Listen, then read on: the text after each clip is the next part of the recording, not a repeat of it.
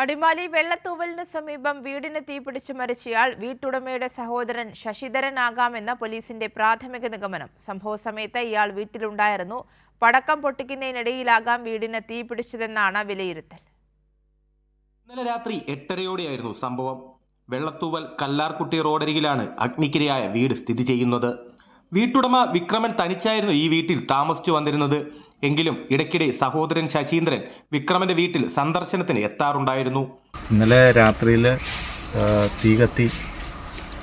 അത് ഇവരറിഞ്ഞ് ഞങ്ങൾ ഇവിടെ വരുന്ന സമയത്ത് അതിന് ഉള്ളിൽ ഒരാളുണ്ട് എന്ന് മനസ്സിലാക്കി. കാരണം ഫയർഫോഴ്സ് വന്ന് അത് കെടുത്തി ആളെ ബോഡി തിരിച്ചറിയാൻ പറ്റാത്ത രീതിയിലാണ് കാണപ്പെട്ടത്.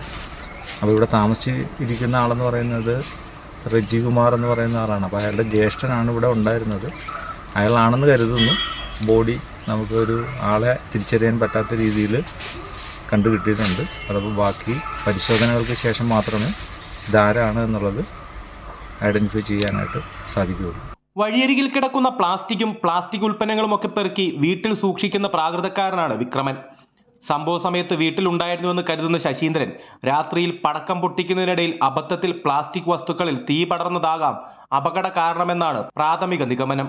തീപിടുത്തത്തിന് മറ്റെന്തെങ്കിലും കാരണമുണ്ടോയെന്നും പോലീസ് അന്വേഷിക്കുന്നുണ്ട്. ശാസ്ത്രീയ പരിശോധനയ്ക്ക് ശേഷം മാത്രമേ ഇക്കാര്യത്തിൽ വ്യക്തത വരുത്താനാകൂ. സംഭവ സമയത്ത് വിക്രമൻ വീട്ടിൽ ഉണ്ടായിരുന്നില്ല. മൃതദേഹം പൂർണ്ണമായി തന്നെ കത്തിക്കരിഞ്ഞ നിലയിലാണുള്ളത്. വീട്ടിൽ നിന്നും തീയും പുകയും ഉയർന്നതോടെയാണ് സമീപവാസികൾ വിവരമറിഞ്ഞത്. ഉടൻ തന്നെ വിവരം പോലീസിനെയും അഗ്നിരക്ഷാ സേനയെയും അറിയിച്ചു. വീടിനുള്ളിൽ നിന്നാണ് മൃതദേഹം കണ്ടെത്തിയത്. വിരലടയാള വിദഗ്ധരും ഫോറൻസിക് സംഘവും സ്ഥലത്തെത്തി കൂടുതൽ ശാസ്ത്രീയ തെളിവുകൾ ശേഖരിച്ചു. ശാസ്ത്രീയ പരിശോധനാ ഫലം പുറത്തു വന്നാൽ മാത്രമേ മരിച്ചത് ശശീന്ദ്രൻ തന്നെയാണോ എന്ന കാര്യത്തിൽ ഉറപ്പുവരുത്താനാകൂവെന്നും പോലീസ് വ്യക്തമാക്കി. കൈരളി ന്യൂസ്, ഇടുക്കി.